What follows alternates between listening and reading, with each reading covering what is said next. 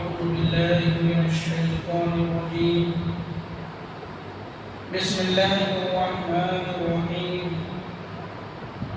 فلعلك تارك بعد ما يوحى إليك وضاحك به صدرك أن يقولوا لولا أنزل عليه كنز أو جاء معه ملك إنما أنت نذير والله على كل شيء وكيل. اللہ تبارک و تعالی اس آیت میں یہ ارشاد فرماتا ہے کہ فَلَعَلَّكَ تَارِكٌ بَعْدَ مَا يُوحَى إِلَيْكَ، شاید کہ اے نبی صلی اللہ علیہ وسلم تَارِكٌ بَعْدَ مَا يُوحَى إِلَيْكَ، جو کچھ آپ کے جانب وحی کی جاتی ہے اس میں کا بعض حصہ آپ چھوڑ دینے والے ہیں۔ یہ اللہ تعالیٰ کیا کہہ رہا ہے کہ شاید کہ آپ کی طرف جو وحی کی جا رہی ہے، جو پیغام اللہ کے جانب سے آ رہا ہے، اس پیغام کا کچھ حصہ شاید آپ چھوڑ دینے والے، یعنی آپ لوگوں کو بتانے والے نہیں ہیں۔ وَضَاحِكٌ بِهِ صَدْرُكَ، کیوں نہیں بتانے والے؟ کیونکہ اس سے آپ کا دل تنگ ہوتا ہے، یعنی آپ کے دلوں کو تکلیف پہنچتی ہے۔ أَن يَقُولُوا لَوْلَا أُنزِلَ عَلَيْهِ كَنزٌ، یہ لوگ کہتے ہیں کہ لولا انزل علیہ کنز، کہ آپ کے اوپر خزانے کیوں نہیں نازل ہوتے، او جاء معه ملک، یا آپ کے ساتھ فرشتے کیوں نہیں آتے۔ انما انت نذیر، بے شک آپ لوگوں کو ڈرانے والے ہیں۔ واللہ علی کل شیء وکیل، اور ہر چیز کی ذمہ داری اللہ تبارک و تعالیٰ پر ہے۔ اس آیت میں اللہ رب العالمین مشرکین کے بارے میں یہ بیان فرما رہا ہے کہ مشرکین جو تھے وہ نبی صلی اللہ علیہ وسلم کو طعنہ دیتے تھے اور نبی صلی اللہ علیہ وسلم سے کہتے تھے آپ اللہ کے جب نبی ہیں، خود دعویٰ کرتے ہیں کہ آپ پیغمبر ہیں، آپ رسول ہیں، تو آپ کے اوپر خزانہ کیوں نہیں نازل ہوتا؟ آپ غربت کی زندگی کیوں جی رہے ہیں؟ ایک وقت کے کھانے کے لیے آپ ترس رہے ہیں، آپ کے گھر میں 2 مہینے تک چولہے نہیں جل رہے ہیں۔ اگر واقعی میں آپ اللہ کے سچے رسول ہوتے تو اللہ کی طرف سے کھانا بھی آتا آپ کے پاس، جیسے اور پیغمبروں کے پاس میں آیا کرتے تھے حضرت موسیٰ کی قوم پر، تو آپ کے پاس بھی آتا۔ او جاء معه ملک، یا آپ واقعی میں نبی ہوتے تو کبھی کبھار تو ایسا ضرور ہوتا کہ آپ کے ساتھ اللہ کا کوئی فرشتہ بھی آتا، دکھتا، پتہ لگتا، جیسے ابراہیم کے ساتھ فرشتے آیا کرتے تھے۔ تو اس طریقے سے نبی صلی اللہ علیہ وسلم کو یہ لوگ ڈراتے تھے، دھمکاتے تھے۔ تو اللہ تعالیٰ نے کہا کہ ان کی ڈر کی وجہ سے، ان کی دھمکی کی وجہ سے، کیونکہ نبی صلی اللہ علیہ وسلم بھی انسان تھے، کہیں آپ ان کی باتوں میں آ کر کے جو اللہ تعالیٰ ان کے خلاف قرآن کی جو آیتیں اتار رہا ہے، ان کی بغاوت کے بارے میں، ان کی سرکشی کے بارے میں اور ان کی سزا کے بارے میں جو اللہ قرآن میں جو آیتیں نازل کر رہا ہے، ہو سکتا ہے کہ آپ ان کی سازشوں کا شکار ہو جائے اور وہ آیت آپ ان کو نہ بتائیں۔ ان باتوں کی وجہ سے کہ آپ کو تکلیف ہو رہی، کہیں ہم ان کو بتائیں گے کہ یہ باتیں ان کو تکلیف ہوگی۔ مثال کے طور پر کوئی بے نمازی ہے، اگر بے نمازی ہے اور نماز چھوڑنے کے بارے میں وعیدیں سنائی جائے تو بے نمازی کو بڑا غصہ آتا ہے۔ کوئی جہیز لینے والا ہے، اگر کوئی عالم جہیز کے خلاف بات کر دے تو جہیز لینے والے کو غصہ آ جاتا ہے۔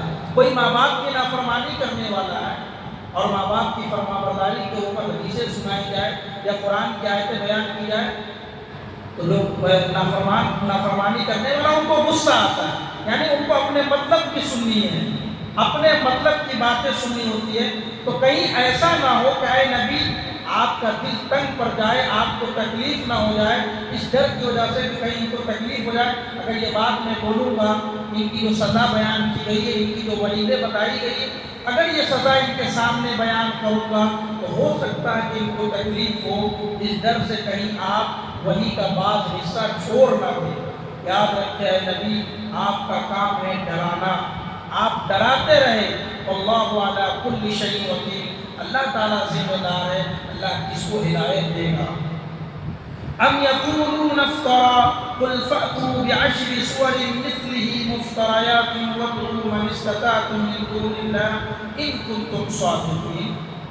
اے نبی، یہ لوگ آپ کے بارے میں کہتے ہیں کہ آپ نے اس قرآن مجید کو گڑھ لیا ہے، آپ اپنی طرف سے اس کو بیان کر رہے ہیں۔ حالانکہ قرآن میں کئی جگہ اللہ تعالیٰ نے چیلنج کیا ہے کہ اگر اللہ کے نبی صلی اللہ علیہ وسلم نے اس قرآن کو گڑھا ہے، اور کئی جگہ پہ تو اللہ تعالیٰ نے یہ بھی بیان کیا ہے کہ نبی صلی اللہ علیہ وسلم پڑھے لکھے نہیں تھے۔ جب کوئی انسان پڑھا لکھا نہ ہو تو وہ کیسے کسی چیز کو لکھ سکتا ہے، کیسے کسی چیز کو بیان کر سکتا ہے؟ نہیں کر سکتا۔ تو یہ وحی تھی اللہ تعالیٰ کے جانب سے، اور خود نبی نے کہا کہ ہم تو تمہارے درمیان تقریباً 40 سال رہے، اور ان 40 سال میں تم نے دیکھا کوئی ہمارا ٹیچر ہے، کوئی ہمارا استاد کبھی نہیں دیکھا، نہ ہمارا کوئی ٹیچر ہے، نہ ہمارا کوئی استاد ہے۔ ہمارا اگر کوئی استاد ہے تو اللہ تبارک و تعالیٰ جس نے ہمیں علم دیا، جس نے ہمیں سکھایا۔ تو ہم یقولون افترا، یہ لوگ کہتے ہیں کہ نبی صلی اللہ علیہ وسلم نے اس قرآن کو گھر لیا ہے، اپنے جانب سے یہ بیان کر رہے ہیں۔ قُلْ فَأْتُوا بِعَشْرِ سُوَرٍ مِثْلِهِ مُفْتَرَيَاتٍ، اللہ نے کہا کہ نبی آپ ان سے بھی کہیے کہ تم بھی تو گھر کے دکھا دو۔ اگر نبی گھر سکتے ہیں، نبی اپنی طرف سے بیان کر سکتے ہیں، تو تم بھی تو عرب کے ہو، عربی زبان سے تم بھی واقف ہو، عربی زبان کے تم بھی ماہر ہو، پڑھے لکھے لوگ ہو، تم بھی اللہ کا اس چیلنج کو ایکسیپٹ کرو، اور تم بھی اللہ رب العالمین کے اس چیلنج کو قبول کرو۔ جب نبی صلی اللہ علیہ وسلم کر سکتے ہیں، تم بھی کر کے دکھاؤ۔ وَادْعُوا مَنِ اسْتَطَعْتُم مِّن دُونِ اللَّهِ، اور اللہ نے کہا کہ اللہ کے علاوہ تم جس کو چاہو اپنے ساتھ مدد کے لیے لے کر کے آ جاؤ، پوری دنیا مل جاؤ۔ اور تم بھی نبی صلی اللہ علیہ وسلم کو جب کہہ رہے ہو کہ انہوں نے کہا ہے اس کتاب کو اپنے جانب سے بیان کر رہے ہیں، تو تم بھی اپنی جانب سے اس قرآن جیسی صورت بنا کر کے تو لاؤ۔ ان کنتم صادقین، اگر تم اپنے اس دعوے میں سچے ہو۔ قرآن کا یہ کئی جگہ پہ چیلنج ہے۔ قرآن نے جنات کو بھی چیلنج کیا، قُلْ لَئِنِ اجْتَمَعَتِ الْإِنسُ وَالْجِنُّ عَلَىٰ أَن يَأْتُوا بِمِثْلِ هَٰذَا الْقُرْآنِ، اے نبی آپ جنات سے بھی کہیے، انسان سے بھی کہیے، اگر اس قرآن کے اوپر اگر تمہارا بھروسہ نہیں ہے، اس قرآن جیسی ایک صورت بنا کر کے دکھلاؤ۔ یہ چیلنج ہے قیامت تک کے لیے۔ اللہ نے اس چیلنج کو قرآن میں کئی جگہ پر بیان کیا۔ فَإِن لَّمْ يَسْتَجِيبُوا لَكُمْ، اے نبی اگر یہ لوگ آپ کے چیلنج کا جواب نہیں دے سکتے، یعنی قرآن جیسی صورت نہیں لا سکتے، تو فَاعْلَمُوا، اے نبی آپ جان لیجئے، أَنَّمَا أُنزِلَ بِعِلْمِ اللَّهِ، کہ بے شک یہ قرآن اللہ نے اپنے علم کے ساتھ اس کو نازل کیا ہے۔ یہ نبی صلی اللہ علیہ وسلم کی بات نہیں، بلکہ اللہ نے اپنے علم کے ساتھ اس کو نازل کیا ہے۔ وَلَا إِلَٰهَ إِلَّا هُوَ، اور اللہ کون ہے؟ اللہ وہ ہے جس کے سوا کوئی معبود برحق نہیں۔ فَهَلْ أَنْتُمْ مُسْلِمُونَ، کیا تم مسلمان نہیں ہو سکتے؟ اگر چیلنج کو ایکسیپٹ کرو اور چیلنج کے بنا پر یہ کام کر کے دکھاؤ، اگر یہ کام تم سے نہیں ہو رہا تو پھر تم مسلمان کیوں نہیں ہوتے؟ تم اسلام کیوں نہیں لاتے؟ مَنْ كَانَ يُرِيدُ الْحَيَاةَ الدُّنْيَا وَزِينَتَهَا نُوَفِّ إِلَيْهِمْ أَعْمَالَهُمْ وَهُمْ فِيهَا لَا يُبْخَسُونَ، اور جو شخص یرید الحیات الدنیا، دنیا کی زندگی چاہتا ہے، دنیا کی آرام چاہتا ہے، دنیا کا آسائش چاہتا ہے، دنیا کی خوشحالی چاہتا ہے، دنیا کی زینت چاہتا ہے، تو اللہ کہتا ہے کہ وزینتہا، ہم اسے دنیا کی زینت دیتے ہیں، ہم اسے دنیا کا آرام دیتے ہیں، دنیا کی آسائش دیتے ہیں۔ نوفی الیہم اعمالہم فیہا، ان کے ان تمام اعمال کو، ان کے تمام دعووں کو ہم پورا کرتے ہیں۔ وَهُمْ فِيهَا لَا يُبْخَسُونَ، اور ان کے اس دعووں میں کبھی کمی نہیں کرتے۔ یعنی جو انسان دنیا مانگتا ہے، اللہ کہتا ہے اس آیت میں کہ ہم اسے دنیا پورا دیتے ہیں، جتنا وہ چاہتا ہے، جتنا مانگتا ہے ہم اسے پورا دیتے ہیں، اور اس دنیا میں اس کے لیے ہم کچھ کمی نہیں رکھتے، ذرہ برابر کمی نہیں ہوتی۔ أُولَٰئِكَ الَّذِينَ لَيْسَ لَهُمْ فِي الْآخِرَةِ إِلَّا النَّارُ، لیکن دوسرے ساتھ اس آیت کو بھی یاد رکھنے کی ضرورت ہے۔ یہی وہ لوگ ہیں لَيْسَ لَهُمْ فِي الْآخِرَةِ، جن کے لیے آخرت میں کچھ نہیں، جنہیں اللہ نے، جنہوں نے دنیا مانگا، اللہ نے انہیں دنیا عطا کی، اور یہ تاریخ گواہ ہے۔ لوگوں نے دنیا مانگی ہے، فرعون کے پاس بڑی دولت تھی، قارون کے پاس بڑی دولت تھی، ان کی دولت کے خزانوں کے بارے میں آتا ہے، ان کے خزانوں کی جو چابی تھی، دولت کو چھوڑو، خزانوں کی جو چابی تھی، زمین آسمان کے تمام لوگ مل کر کے ان کے خزانوں کو اٹھانا چاہتے، چابی کو اٹھانا چاہتے تو نہیں اٹھا سکتے۔ اتنا اللہ نے خزانہ دے رکھا تھا، خزانے کے چابی کو لوگ نہیں اٹھا سکتے تھے، تو خزانہ سوچو کتنا خزانہ رہا ہوگا۔ لیکن اللہ تعالیٰ نے ان کے لیے جہنم کی وعید سنا دی۔